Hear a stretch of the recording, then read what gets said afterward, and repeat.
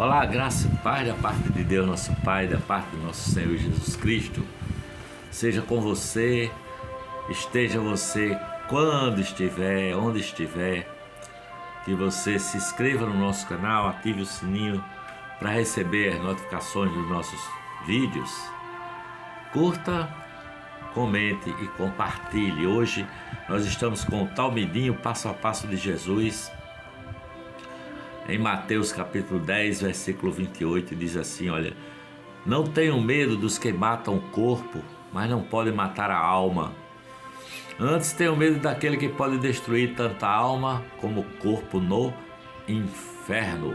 A palavra traduzida como inferno foi Geena, um lugar no Vale de Inom, ao sul de Jerusalém, né?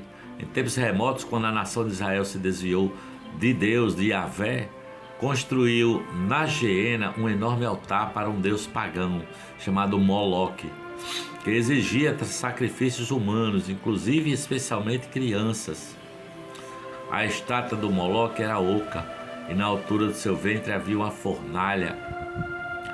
Em seus braços, movimentados à distância por correntes, eram depositadas crianças que eram tragadas até a fornalha e queimadas em sacrifício.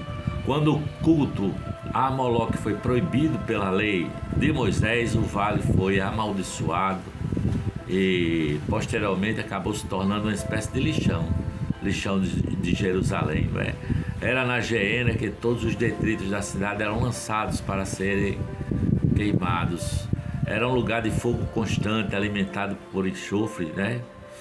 E provavelmente por isso acabou se tornando sinônimo para o inferno, juízo e para o próprio fogo de Deus, consumidor e purificador.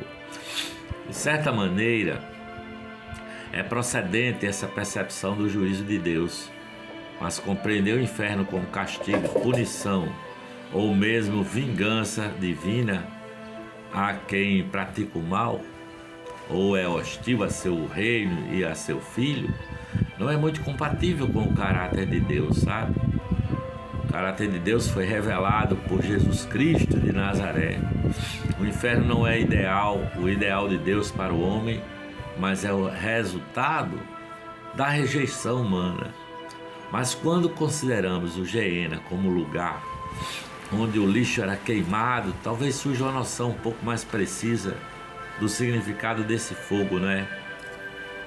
O inferno que devemos temer, segundo a recomendação de Jesus, é o lugar reservado para a vida que foi desperdiçada e se perdeu.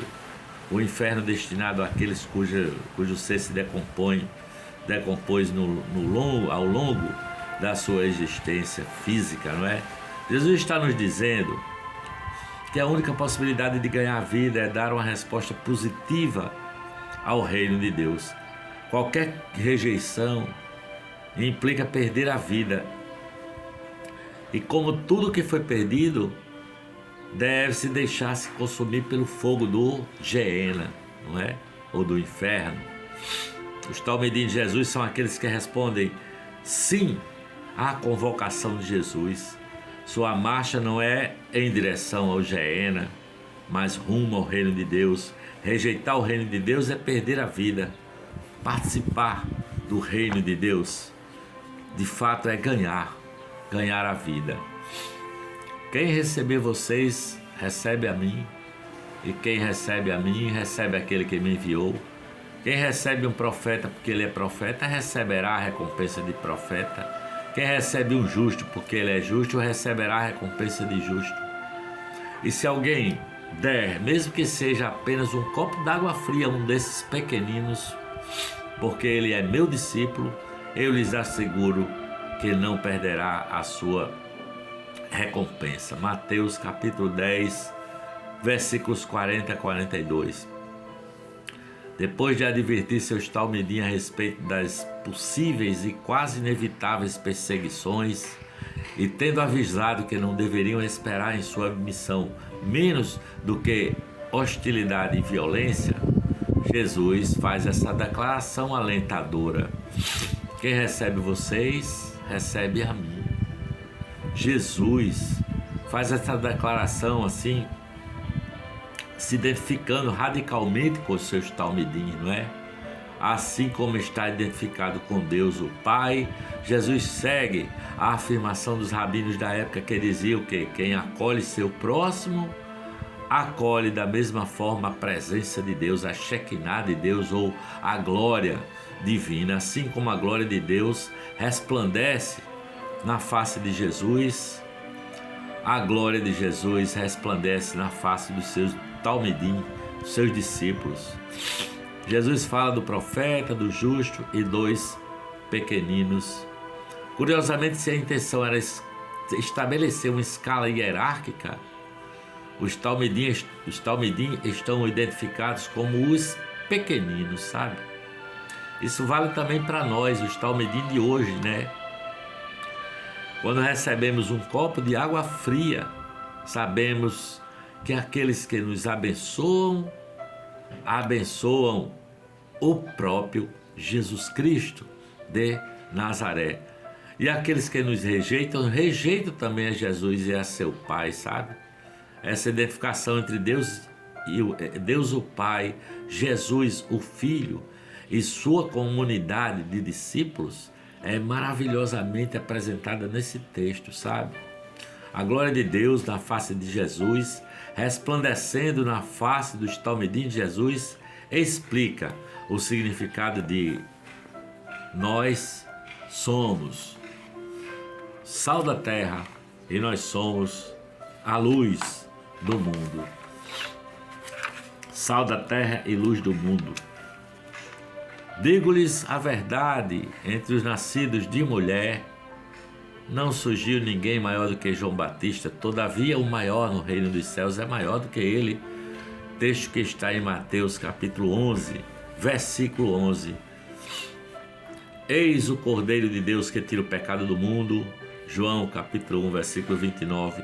Esta é, com certeza, a mais célebre das afirmações de João Batista, o precursor de Jesus. Depois de 400 anos de silêncio profético de Israel, Jesus pisa na Palestina como o Messias esperado, e é João Batista quem tem a responsabilidade de identificá-lo e apontá-lo como um ungido de Deus. Entretanto, em determinado momento, João Batista vive uma crise de fé e começa a se perguntar se Jesus de Nazaré era mesmo o Messias. Em termos simples, João Batista fica em dúvida se apontou para o sujeito correto, né? João estava preso, por isso envia alguns dos seus discípulos até Jesus para perguntarem: é você mesmo o Messias ou devemos esperar outro? E ele responde: voltem e contem a João que vocês estão vendo. Jesus chama a responsabilidade para si. Se os discípulos de João Batista queriam saber de sua identidade, que olhassem então para os frutos do seu ministério, para os resultados da sua presença. Em seguida ele faz um elogio extraordinário a João Batista, dizendo: entre os nascidos de mulher, não surgiu ninguém maior do que João Batista, para finalmente afirmar que, no entanto, o menor no reino dos céus é maior do que ele. Uma declaração aparentemente contraditória, né? Jamais devemos esquecer que João Batista foi o primeiro a identificar Jesus como Messias. Jesus disse que a lei e os profetas duraram até João Batista. Depois dele vejo o tempo da graça e da bondade, a visitação misericordiosa e compassiva de Deus por meio do Messias. Jesus inaugurou o ano do jubileu, o Kairós de Deus, em que o reino de Deus pertence aos pequeninos. Como resultado, João Batista, o último profeta antes da era messiânica, é o maior de todos os nascidos de mulher, mas é menor do que os pequeninos que abraçaram a mensagem do reino de Deus. João Batista fez o prelúdio para o reino de Deus. Na verdade, os talmidim de Jesus não têm medo de crises de fé. Quando percebem as dúvidas invadindo o coração, correm para fazer perguntas a Jesus, e as dúvidas são dissipadas sempre que os talmidim recuperam a convicção de que Jesus é mesmo quem disse ser, o Messias prometido a Israel, o Deus conosco, o nosso Salvador, a nossa paz. Ele disse: eis que a minha paz eu vos dou, não vos dou como o mundo a dá. Não se turbe o vosso coração, nem se atemorizem, não é? Ele disse assim: olha, eu volto para a casa do meu pai, mas voltarei para vós outros, não é? Para onde vocês estiverem, eu esteja também. E ele enviou o Espírito Santo, derramou sobre toda a carne, para que nós possamos refletir no rosto a glória de Deus, para que nós possamos ser novamente a imagem e semelhança de Jesus Cristo de Nazaré. Essa é a mensagem do Evangelho para vocês hoje. Que a graça e a paz de Cristo fique com vocês, em nome do Pai, do Filho e do Espírito Santo. Amém.